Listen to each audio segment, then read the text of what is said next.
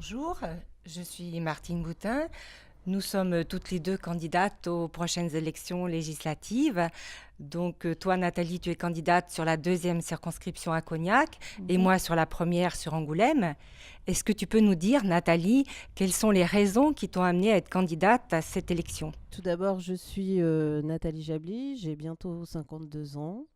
Je suis contrôleur des finances publiques et je me suis toujours engagée socialement, syndicalement, mais je ne m'étais jamais engagée politiquement. Je m'étais même tenue un peu loin des partis politiques parce que simplement je comprenais pas la démarche. Et c'est vraiment le mouvement que Jean-Luc Mélenchon a installé à partir de 2012 qui m'a poussé à militer dans la France insoumise et à m'engager pleinement pour cette élection. À toi. Donc moi, je suis Martine Boutin, j'ai 61 ans, je suis retraitée depuis environ un an et j'ai travaillé toute ma carrière dans une institution qui s'appelle l'Agence nationale pour l'emploi, puis ensuite à Pôle emploi.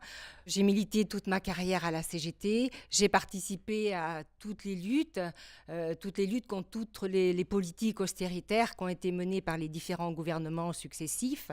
J'ai été confrontée à cette souffrance quotidienne et cette misère.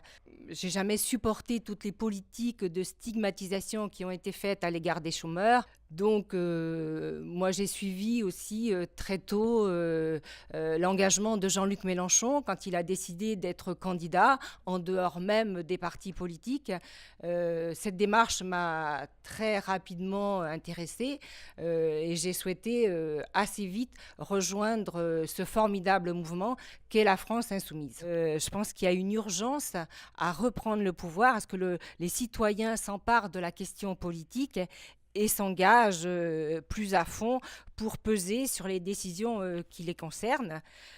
Jean-Luc Mélenchon s'est engagé à convoquer dès son élection une assemblée constituante. Cette démarche est particulièrement porteuse d'espoir. Elle va permettre une implication des citoyens qui va permettre au peuple de se refonder et de mettre en place la sixième République. Ce à quoi je crois, c'est que ce programme est particulièrement bien adapté pour répondre à l'urgence sociale. Et ça, c'est un point qui me motive particulièrement. Redonner des droits aux citoyens, tout simplement, pour leur redonner de la dignité qui a été bafouée, comme tu l'as très bien dit. Donner à tous un revenu décent, une protection sociale tout au long de la vie, qu'on soit chômeur, actif, jeune, vieux, privé d'emploi. On n'a pas à pâtir des politiques d'austérité. Ça, c'était le côté protection. Pour ça, il faut aussi partager les richesses par le moyen de la fiscalité. Ça semble évident, de faire de l'impôt un vrai outil de redistribution, de le rendre plus progressif, d'aller enfin chercher l'argent où il est, chez les riches, pas chez les pauvres, de lutter contre la fraude fiscale notamment, 60 à 80 milliards qui nous seraient plus utiles pour mener notre politique et notre relance de l'activité.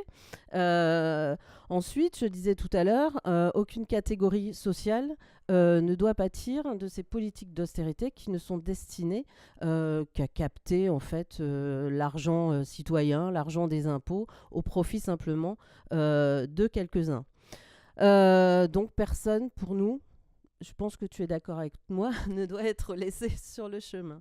C'est pour ça que je me suis engagée pour que personne ne soit laissé au bord du chemin.